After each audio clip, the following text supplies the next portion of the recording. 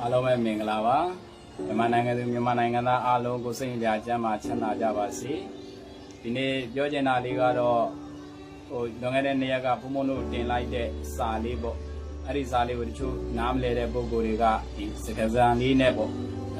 ဗီဒီယိုလေးနဲ့တင်ပေးပါလို့ပြောတဲ့အတွက်ဘုံဘုံတို့ဒါဗီဒီယိုလေးနဲ့ပြန်လည်ဖြည့်ချပြီးတော့တင်ပေးခြင်းဖြစ်ပါတယ်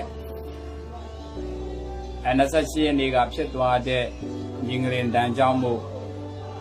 ဖျားเจ้าကန်စီဒီတွေသံဃာတော်ရှင်သူမြတ်တွေရဲ့အသက်တွေလူတွေရဲ့အသက်တွေတရားတွေအစာဥတွေလမ်းတွေပြည့်စည်သွားတဲ့အတွက်လည်းအင်မတန်မှဝမ်းနဲ့ကြေကွဲမှုဖြစ်ရပါတယ်လို့ဒါလေးလည်းပြောပြရစီဒီကတော့ဓမ္မပြည်မှာဖြစ်နေတဲ့ကံဖြစ်နေတဲ့အတိုင်းအတာတွေကိုစနေတပေါင်းပေါ့လေစနေတပေါင်းကန်စာတာတွေအရာကြည့်ပြီဆိုလို့ရှိရင်တော့မြမပြည်ကြီးငြိမ်းချမ်းမှုအတွက်အင်မတန်မှကိုကောင်းတဲ့အခွင့်အလမ်းတစ်ခုကိုရောက်ရှိနေပြီလို့နမိတ်တပေါင်းဒီအရာတော့ဒီလိုပဲပြောလို့ရပါတယ်အဓိကကတော့မိမိရဲ့အရဒေတာအိုးအိမ်တွေကိုစွန့်ခွာသွားတဲ့လူတွေရက်ရွာတွေစွန့်ခွာသွားတဲ့လူတွေ17လပိုင်း21ရက်2025မှာဆိုလို့ရှိရင်82ရာခိုင်နှုန်းသော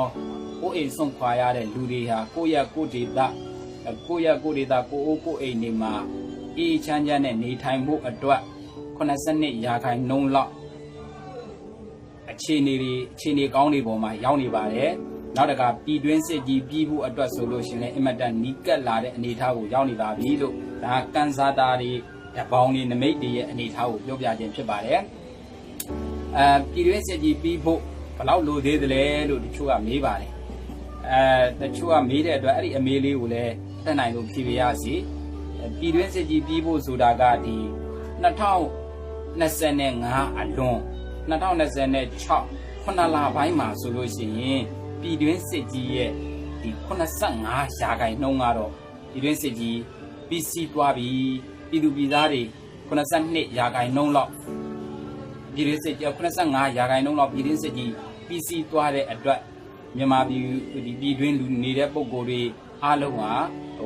တယောက်နဲ့တယောက်ချစ်ချစ်ခင်ခင်နဲ့တယောက်ကိုတယောက်ရံမမှုပဲနဲ့အေးအေးချမ်းချမ်းနဲ့နေထိုင်ရမယ့်အနေအထားအလားအလာတွေက2026ဒီ9လပိုင်းမှာဆိုလို့ရှိရင်တော်တော်ကိုပေါ်ပေါ်လင်းလင်းထင်ထင်ရှားရှားဖြစ်လာပါပြီပျက်စီးသွားတဲ့အနေအထားတွေကိုကြည့်မယ်ဆိုရင်တော့ဝမ်းနည်းစရာကောင်းပေမဲ့ဒီတစ်ဖက်ကပြန်ပြီးတော့ကြည့်မယ်ဆိုလို့ရှိရင်တော့စီလုံးမှုတွေညီညွတ်မှုတွေတယောက်ရဲ့အသက်ကိုတယောက်တန်ဖိုးထားမှုတွေကအင်မတန်မှကိုပေါ်လွင်လာပါတယ်ဒါကတော့အင်မတန်မှကိုမြန်မာပြည်သူပြည်သားတွေရဲ့ချစ်စရာကောင်းတဲ့စိတ်ဓာတ်ပါပဲအဓိကကတော့ပြည်တွင်းမှာတော့တော်တော်ငြိမ်းချမ်းသွားမယ်ပြည်မာကြီးမှာတော့တော်တော်ငြိမ်းချမ်းသွားမယ်ဒါပေမဲ့နယ်စပ်ဒေသတွေမှာတော့တိုက်ပွဲတွေအနေငယ်ရှိလာနိုင်ပါတယ်တိုက်ပွဲလေးတွေအနေငယ်ရှိလာနိုင်တယ်နောက်တစ်ခါကြာလို့ရှိရင်ဒီပြည်တွင်းစစ်ကြီးငြိမ်းချမ်းသွားပြီအတက်နိုင်လို့ပြီးစီးသွားပြီပေါ့85ရာခိုင်နှုန်းလောက်ပြီးစီးသွားပြီဆိုရင်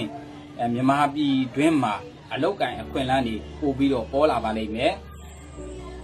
နောက်တစ်ခါပြောချင်တာကတော့ဒီ2025 5လပိုင်းအထိကတော့အသက်32နှစ်ရဲ့အောက်အမျိုးသားအမျိုးသမီးပေါ့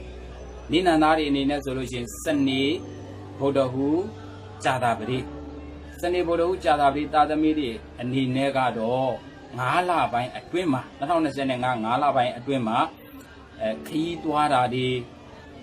တေးစီမှာမဟုတ်လို့ရှိရင်ခီးသွားတာတွေကိုအတက်နိုင်လို့ရှောင်ကျင်သင့်ပါတယ်2025 5လပိုင်းအလွန်မှာဆိုရင်ဒီခီးသွားခြင်းတဲ့ပုံကိုယ်တွေအတွက်တော့သွားဖို့အဆင်ပြေပါတယ်ကျန်တဲ့ဒီစနေကြာတာပရိဗုဒ္ဓဟူးနိနန္ဒာသမီးတွေကတော့5လပိုင်းအတွင်းမှာဆိုရင်တေးစီရေးကိစ္စကလွဲလို့ရှိရင်တခြားအကြောင်းအရာတွေနဲ့ဆိုလို့ရှိရင်တော့ခီးမသွားတာပို့ပြီးတော့တင့်တော်ပါတယ်ပို့ပြီးတော့ကောင်းပါတယ်အသက်32နှစ်အောက်မျိုးသားအမျိုးသမီးတွေပေါ့နောက်တစ်ခါကျန်နိနန်တွေဖြစ်တဲ့တနင်္ဂနွေတနင်္လာအင်္ဂါအတောက်ကြသားသမီးတွေကတော့ဒီနေ့ထဲမှာအလောက်ကိုင်းခွင်လန်းတွေပေါ်လာမယ်ယာရုအပြောင်းရွှေ့အနေအထားတွေပေါ်လာမယ်ကောင်းတဲ့လက္ခဏာတွေပါပဲငွေကြီးအရာငွေကြီးအရာအဆင်ပြေလာမဲ့လက္ခဏာတွေတော်တော်များများတွေ့ရပါတယ်အဓိကသူတို့အနေနဲ့ဂယုစိုက်ရမှာကတော့လေယောဂါနဲ့အကျော်ယောဂါပါလေနဲ့အကျော်ယောဂါတွေကတော့သူတို့ကအထူးကိုဂယုစိုက်ရပါလိမ့်မယ်နောက်တစ်ခါဒီ2နှစ်3နှစ် 3 နှစ်အတွင်းမှာဆိုရင်မြန်မာနိုင်ငံမှာဘာတွေရှားပါလာမလဲဆိုလို့ရှိရင်ဒီနေ့စဉ်စားတောက်နေတဲ့တို့နေ့စဉ်ပုံပေးစားတောက်နေတဲ့လူတွေစားတောက်နေတဲ့အစားအစာဖြစ်တဲ့စားတွေရှားပါလာပါလိမ့်မယ်နောက်တစ်ခါရေချိုတွေရှားပါလာပါလိမ့်မယ်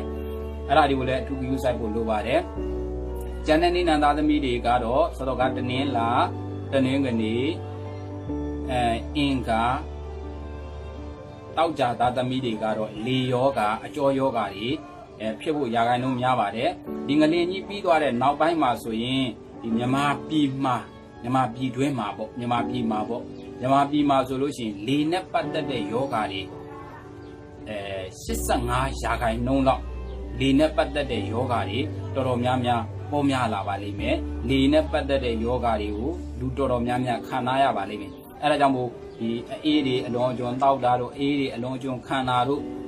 အတက်နိုင်လို့ရှောင်ကျဉ်ရပါလိမ့်မယ်အဲတော့အဓိကတော့ပြောချင်တာကတော့ပြည်တွင်းစစ်ကြီးပြီးပါတော့မယ်မြန်မာနိုင်ငံသားအားလုံးလည်းကိုယ်စိတ်နှပြကျန်းမာချမ်းသာရတော့မယ်အန်တယ်တွေကင်းတော့မယ်လို့ကိုယုံကြည်တဲ့စိတ်ဓာတ်လေးတွေထားသိကြပါတယ်